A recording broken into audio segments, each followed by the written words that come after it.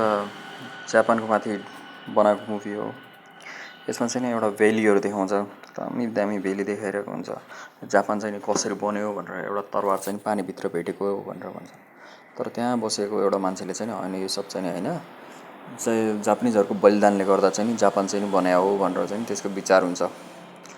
त्यति बेलै बसिरहेको बेलामा त्यहाँबाट चाहिँ नि तिनीहरू फिल्डमा चाहिँ नि एउटा जापानिजलाई देखाउँछ, जो कि ध्यान मुद्रामा बसेको हुन्छ त्यो फिल्डमा। अनि त्यसले ध्यान गर्दा गर्दा एउटा बाघहरू देख्छ, अनि एउटा बाघ चाहिँ नि समुराईहरूसँग लडेको देख्छ। अनि के हो भनेर झ्याप्प त्यसको आँखा खोल्छ ध्यानबाट। अनि त्यतिखेर एउटा सिन चेन्ज हुन्छ र अमेरिकामा एउटा मान्छे देखाउँछ, नाथन नाम गरेको, रक्सी पिउँदै बसिरहेको हुन्छ। अनि रक्सी पिउँदा पिउँदै बाहिरको मान्छेहरूले चाहिँ नि हल्ला गरिरहेको हुन्छन्। त्यो एउटा सर्जेन्ट हुँदो रहेछ कि अमेरिकन उसमा। अनि त्यहाँ चाहिँ बाहिर चाहिँ नि सोको मालिकले चाहिँ नि त्यसलाई चाहिँ नि बोलाइरहेको हुन्छ, नेथनलाई चाहिँ नि। नेथनको पर्फर्मेन्स रहेछ। अनि त्यो चाहिँ नि नेथनलाई भेट्न जान्छ भित्र। नेथनलाई दारू खाएको हेरेर बसेर भन्छ, तेरो आज लास्ट दिन हो, तँ चाहिँ आज काम गरेपछि अब भोलिबाट आउनु पर्दैन, जा जे गर्नु छ गर, जा पर्फर्मेन्स गर, आज लास्ट पर्फर्मेन्स हो तेरो भनेर भन्छ। अनि नाथन बाहिर निस्केर अब तिनीहरूलाई आफ्नो चाहिँ नि लडाइँको कथाहरू सुनाउन थाल्छन्। इन्डियामा लडाइँ गरेको हुने रहेछ, अनि कसरी चाहिँ नि त्यसले चाहिँ नि जित्यो, कसरी चाहिँ मान्छेहरूलाई मार्यो भनेर सुनाउन थाल्छ। अनि मान्छेहरू मार्यो, कसरी उसको सोल्जरहरू मरे भनेर सबै भन्न थाल्छ। अनि त्यतिखेरै उसले चाहिँ नि आफ्नो गन निकालेर, गन चाहिँ कसरी चलाउने भनेर देखाउन थाल्छ, गन लोड गरेर त्यहाँबाट देखाउन थाल्छ र गन सट हानिदिन्छ, फायर हानिदिन्छ। अनि सबै अचम्म पर्छ त्यसलाई हेरेर, ओहो यसले गन सट हान्न थाल्यो भनेर। त्यसपछि त्यसले गन चाहिँ नि त्यही मान्छेलाई दिएर आफू चाहिँ नि त्यहाँबाट निस्किन थाल्छ। निस्किन थालेपछि त्यति बेला आफ्नो सामानहरू यताउता सबै प्याक गर्छ र त्यो पुरानो सम्झनाहरू याद आउँछ कि त्यसलाई त्यो इन्डियामा गएर लडेको र त्यो सोझासाझाहरूलाई मारेको सम्झिरहेको हुन्छ। त्यहाँबाट चाहिँ नि त्यति बेलै त्यो त्यहाँबाट निस्किने बेलामा एउटा बुढो मान्छेलाई भेट्छ। त्यो बुढो मान्छेले चाहिँ ताली बजाइरहेको हुन्छ त्यसको कुराहरू सुनेर। अनि त्यो बुढो मान्छेलाई हेरेर चिनेको हुने रहेछ नेथनले त्यसलाई। पहिला पनि दुईजना सँगै हुने रहेछन्। अनि बुढोले भन्छन्, चल तेरो लागि एउटा जब छ मलाई, मसँग त्यो काम चाहिँ तैँले गरिदिनु पर्छ, तेरै लागि हो त्यो काम भनेर भन्छन्। त्यो बुढोले त्यसलाई चाहिँ नि एउटा रेस्टुरेन्टमा लिएर जान्छ। अनि रेस्टुरेन्टमा लग्दा लग्दा चाहिँ तिनीहरूले नि धेरै कुराहरू गर्छन्, पुरानो कुराहरू। अनि त्यति बेलै त्यसले चाहिँ नि आफ्नो क्याप्टेनलाई भेट्छ। क्याप्टेनलाई भेटेपछि त्यो क्याप्टेनले चाहिँ नि जापानिजको कर्नललाई चाहिँ नि लिएर आएको हुने रहेछ। अमुरा भन्ने कर्नल हुन्छ, त्यसलाई चाहिँ जापानमा लगेर चाहिँ नि नेथनले चाहिँ नि ट्रेनिङ दिनुपर्ने जापानिज सोल्जरहरूलाई भनेर भन्छ। अनि क्याप्टेनले भन्छ, तैँले यो जब गर्न, के हुन्छ र? नाथनले नाइ भनिरहेको हुन्छ। पहिलेदेखि दुःखी हुन्छ। अनि मैले भन्छ, पैसा नलिकन बरु तँलाई मार्छु, तर यो काम चाहिँ म गर्दिनँ जस्तो लाग्छ। अनि फेरि पैसाको कुरो भनेर खालि सिकाउने मात्रै भनेर त्यो निस्किन्छ, सिकाउने मात्रै भनेर जापानिज सोल्जरलाई गन चलाउनु कसरी सिकाउनु एउटा। अनि त्यही बिचमा पुगेपछि एउटा ट्रान्सलेटर दिन्छन् त्यसलाई। त्यो ट्रान्सलेटरले चाहिँ नि जापानिज टु इङ्ग्लिस गर्ने। अनि त्यसलाई चाट्न थाल्छ त्यो आफ्नो रुममा नपुग्दासम्म। अनेक कुरा त्यो मोटेले चाट्न थालेपछि त्यो चुप्प लागेर बस्छ नाथन। त्यहाँ पुगेर सबभन्दा अघि चाहिँ नि त्यो त्यहाँको राजाथिम, जापानको राजाथिम पुग्छ र टाउको झुकाएर नमस्कार गर्छन्। अनि त्यसपछि डाइरेक्ट सोल्जरहरू थिम देखाउँछ। सोल्जरहरू थिम देखाएपछि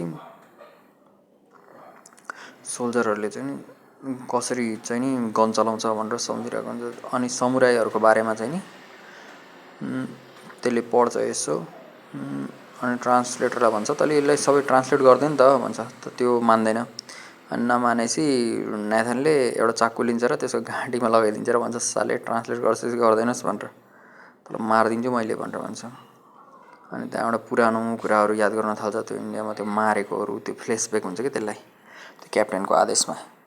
अनि त्यो सब सम्झेर फेरि त्यो दुःखी भइहाल्छ। त्यो सब पुरानो कुराहरू याद गरेर फेरि दुःखी हुन थाल्छ। दुःखी हुन थालेपछि त्यहाँबाट त्यो फेरि अर्को सिनमा देखाउँछ, ट्रेनिङको सिनमा। त्यहाँ चाहिँ नि नेथनले चाहिँ ट्रेनिङ दिइरहेको हुन्छ त्यो सिपाहीहरूलाई। ट्रेनिङ दिइरहेको हुन्छ। ट्रेनिङ दिँदा एउटा दुइटा सिपाहीलाई साथीसँग कुरा गर्दा गर्दा एउटालाई चाहिँ त्यसले गन लोड गर्नु सिकाउँछ, कसरी समात्ने सिकाउँछ। अनि अगाडि हेर भन्छ, अगाडि हेरेर गोलिहान भन्छ। त्यो सब सिकाइरहेको हुन्छ। त्यति बेलै जापानिजको कर्नल र त्यसको क्याप्टेन चाहिँ नि आउँछन्। अनि आएर चाहिँ नि अब चाहिँ नि हामी चाहिँ नि यहाँको समुराईहरूले चाहिँ नि हामीलाई आफ्नो ठाउँतिर हिँड्न दिएन।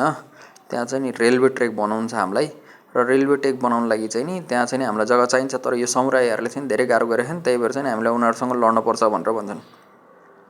त्यति भनेपछि नेथनले भन्छ यिनीहरू चाहिँ रेडी नै छैनन् लड्न लागि अहिलेसम्म। अब यिनीहरूलाई चाहिँ डाइरेक्ट कसरी लड्नु त गरिदिने, यसरी त यिनीहरू मर्ने मात्रै हो, बन्दुकै चलाउन नजानेको कसरी चलाउँछन् भने। अनि त्यस्तो भनेपछि नेथनले एउटा डेमो पनि दिन्छन्, ल गोली चलाऊ भनेर आफ्नो सोल्जरहरूलाई चाहिँ भन्छन्। त्यहाँबाट त तैँले गोली हान्ने नछन् म तँलाई गोली हानिदिन्छु भनेर भनेपछि त्यो सोल्जरलाई भनेपछि सोल्जरले एक गोली हानिदिन्छ, तर नाथनलाई चाहिँ त्यो गोली लाग्दैन। अनि त्यो चाहिँ नि चुप्प लागेर बस्छन्। अनि भन्छ त्यसलाई छैन हुँदैन भन्दा नि त्यो क्याप्टेनले चाहिँ नि अर्डर गरिदिन्छ भोलि बिहान 6 बजी चाहिँ नि हामी चाहिँ नि कात्सुमोतोलाई सँग लड्ने हो भोलि बिहान 6 बजी भनेर। अनि भोलि बिहान 6 बजी सब ट्रुप चाहिँ नि लिएर अब समुराईहरूसँग लड्नलाई हिँड्छन्। अनि नेथनले सबलाई भन्छ कि गन चाहिँ लोड गरेर राख। गन लोड गरेर राखेपछि त्यहाँबाट समुराई आउन थाल्छन्। एक बन्दुक हाले समुराईहरू लड्छन् गोली लगाएर लडेपछि त्यहाँबाट समुराईहरूले गएर च्वाप च्वाप काट्न थाल्छन्, आलु काटेको जस्तै काटेर सबलाई चाहिँ नि ढालिदिन्छन् त्यो सैनिकहरूलाई। त्यतिमै चाहिँ नि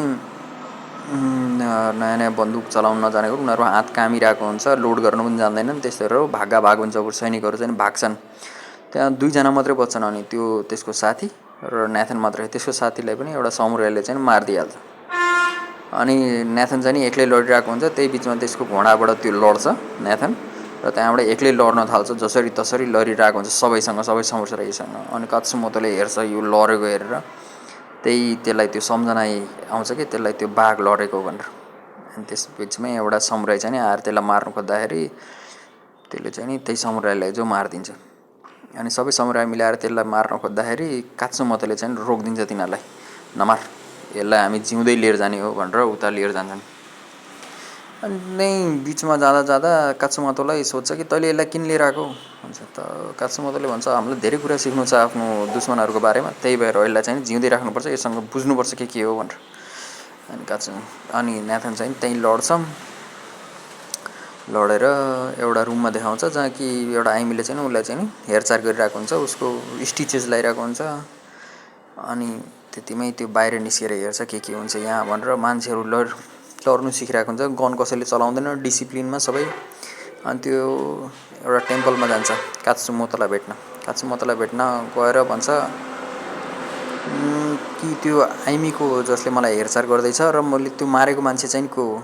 त्यो भन्छ त्यो मेरो बहिनी हो त्यो आइमी चाहिँ नि, र तैँले मारेको मान्छे चाहिँ नि त्यसको बुढा हो। अनि त्यो अचम्म पर्छ, मैले जसको बुढालाई मारेँ त्यसले मेरो हेरचाह गर्दैछ भनेर भन्छ। अनि त्यहाँबाट त्यति गएपछि अनि त्यसले सोध्छ तँलाई मसँग के चाहियो र भन्छ। त्यसले भन्छ सिधै कुरा गर्छ कात्सुमोतोले, तैँले कसरी उताको मान्छेहरू के लड्नु जानेछन्, कसरी लड्छन्, उनीहरूको ट्याक्टिक्सहरू के छ भनेर भन्छ। त्यहाँ नेथन केही भन्दैन। अनि त्यो चाहिँ नि गइहाल्छ, कात्सुमोतो गइहाल्छ। अनि त्यो चाहिँ नि त्यहाँबाट नेथन चाहिँ नि गएर खाना खान थाल्छ तिनीहरूसँग। अनि कुराहरू गर्न थाल्छ, धेरै कुरा सिक्न थाल्छ, बच्चाहरूसँग खेल्न थाल्छ। अनि त्यस्तो गर्दा त्यसले चाहिँ तलवार प्र्याक्टिस पनि गर्न थाल्छ बच्चाहरूसँग। अनि गर्दा टाकाले उसलाई पछाडिबाट हेरिरहेको हुन्छ। अनि बच्चाहरूसँग खेल्दा त्यहाँबाट उसले सिक्छ। त्यहाँबाट एक दिन चाहिँ त्यो घरतिर हमला हुन्छ। त्यो हमलामा चाहिँ नि समुराईहरूलाई मार्न लागि मान्छे पठाएको हुन्छ। त्यहाँबाट त्यो हमलामा चाहिँ नि त्यो समुराईलाई मार्दाखेरि त्यो केटा उसलाई पनि मार्न थालिसकेको हुन्छ, नेथनलाई पनि। अनि नेथनलाई चाहिँ नि त्यही आइमीको छोराले चाहिँ नि बचाइहाल्छ। बाउको तलवार लिएर जान्छ र त्यो अट्याकरमाथि अट्याक गर्छ। अनि नेथन बच्चा नेथन एउटा चक्कु लिन्छ र गएर चाहिँ त्यो मान्छेलाई पक्कै घोपेर मारिदिइहाल्छ। अनि त्यो बच्चालाई नि बचाइहाल्छ। त्यहाँबाट नेथन र कात्सुमोतो चाहिँ लड्न थाल्छन् एकअर्का 2 जना, र सेभ गर्छन् समुराईहरूलाई।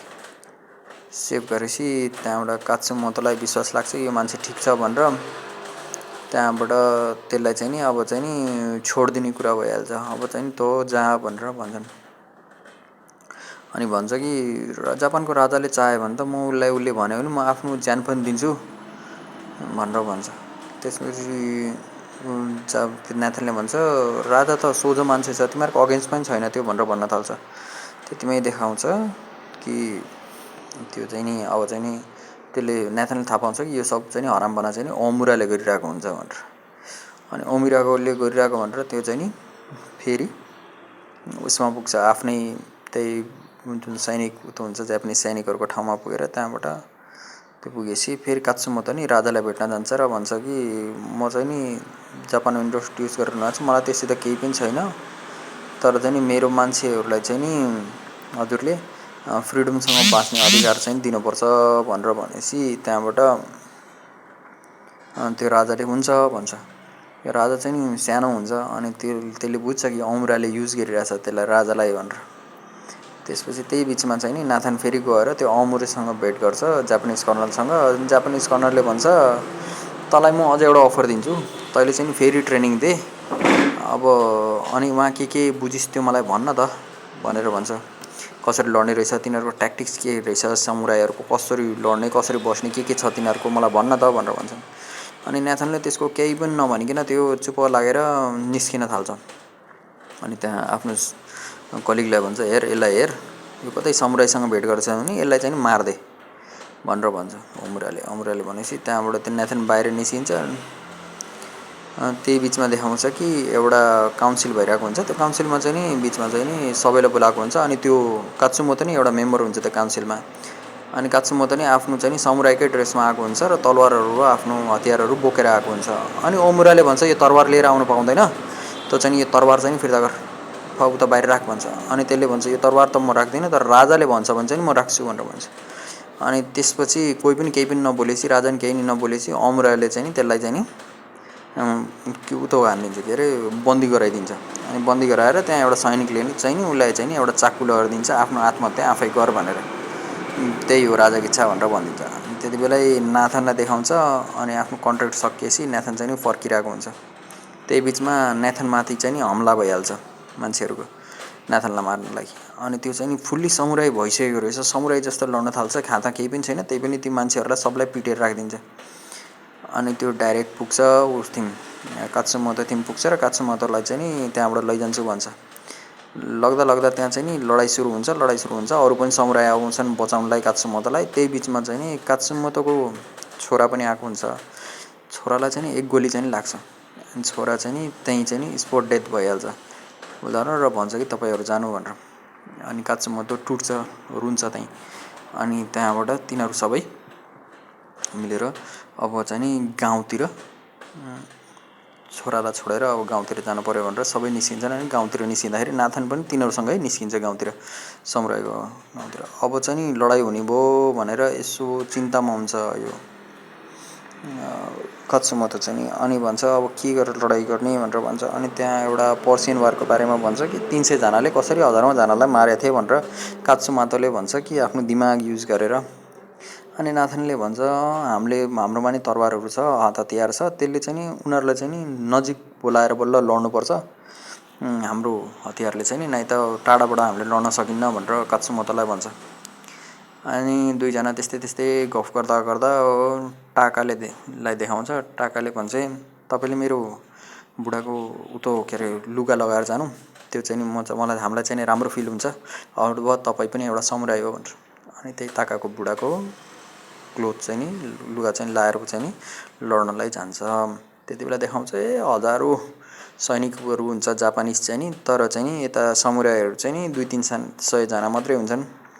अनि त्यहाँ गएर कर्नल र क्याप्टेन दुईजना भेट हुन्छन्, त्यहाँबाट कुराकानी गरेर अब चाहिँ नि लड्नलाई रेडी हुन्छ। अनि गन लोड हुन्छ, अनि समुराईहरूले नि हेरिरहेको हुन्छन्। अनि गन फायरिङ भएपछि त्यहाँबाट समुराईहरू चाहिँ पछाडि भागेर गएको जस्तो गर्छन्। त्यो सब चाहिँ नि नाथनले बनाएको आइडिया हुन्छ, ट्याक्टिक हुन्छ। अनि त्यो हेरेर यो सिपाहीहरू पनि अगाडि बढ्छन्। अगाडि बढ्दाखेरि त्यहाँबाट तिनीहरूले चाहिँ एउटा सिल्ड बनाएर राखेको हुन्छन् कि गनले गोली नलागोस् भनेर, काठको हुन्छ त्यही पनि, सिल्ड बनाएर राखेको हुन्छ। त्यहाँबाट तिनीहरूले गोली हान्न थाल्छन्, तिनीहरू चुप्पो लागेर बस्छन्। जब गोली पर्न थाल्छ अनि बल्ल हमला गर्ने हो भनेर नेथनले आइडिया लगाएको हुन्छ।